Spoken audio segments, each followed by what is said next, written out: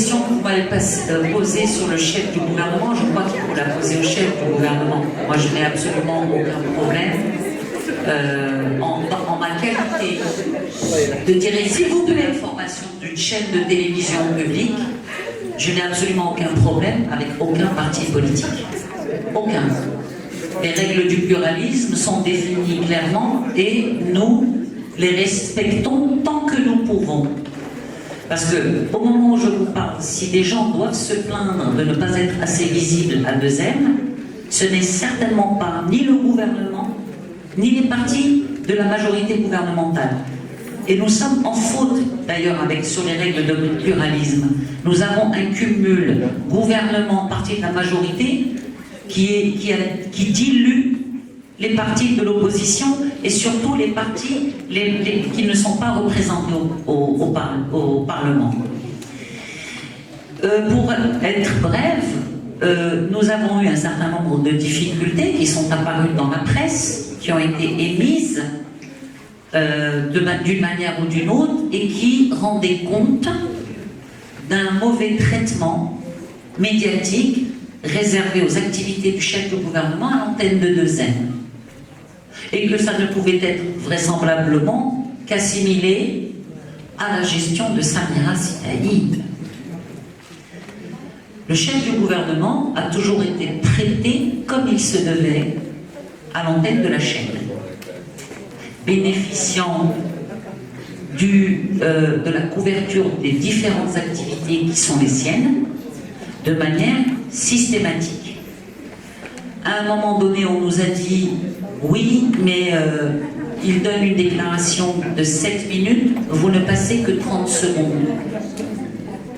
Je réponds que nous ne sommes pas là pour diffuser 7 minutes. D'abord, 7 minutes, à un moment donné, les gens ne regardent plus. C'est le journal télévisé. Le journal télévisé fait 20 minutes. Vous voudriez que je passe une déclaration de 7 minutes? Non. Les discours de Sa Majesté, nous en faisons la synthèse. Et personne ne nous appelle pour nous dire si ça doit durer 2 minutes ou 14 minutes. Donc il y a des règles professionnelles. Nous les respectons. Et il n'y a pas plus que ça. Il y a eu énormément de tentatives, évidemment, et de provocations différentes, qui ont pris différentes formes. Nous continuons de faire notre travail. Les gens, lorsque 2M se fait harponner, tiens, voilà une tentative. Non, non, j'ai une belle tentative de manipulation. Une très belle tentative de manipulation. Elle date d'il y a 3 ans. Sur un magazine de débat qui s'appelle Mubasharatan Ma'akoum, où nous recevions ministre des Finances, il y a 3 ou 4 ans, ministre des Finances, un député du PJD, et je pense un économiste, etc. Nous avions interviewé et fait réagir sur un plan d'action économique, je n'ai pas les précisions dans le reportage, et puis il y avait pour répondre sur le plateau les représentants du gouvernement. Eh bien non. 2M a été convoqué au Parlement pour répondre de la diffusion de cette émission. 2M a été accusé, j'essaie de me rappeler la terminologie, d'atteinte à la sûreté économique de l'État. Vous vous rendez compte de la gravité de toute l'accusation? Si devant un tribunal, aller en prison. Atteinte à la sûreté économique de l'État. Voilà une tentative de manipulation de l'information et de l'opinion publique. Madame, c'est ça ce qu'on attend de 2M, c'est qu'elle ne recule pas.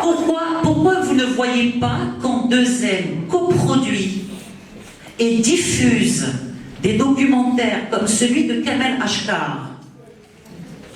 Pourquoi Timré Jérusalem? Qu'est-ce qu'on apprend dans ce documentaire? Qu'est-ce qu'on y apprend? On y apprend notre histoire. On y apprend ce que nous sommes, l'identité qui est la nôtre. Il a fait une excellente audience, je ne l'ai plus en tête.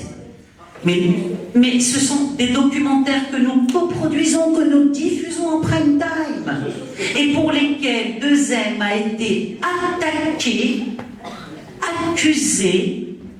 Alors, c'est des gens qui n'ont pas vu le sujet, évidemment,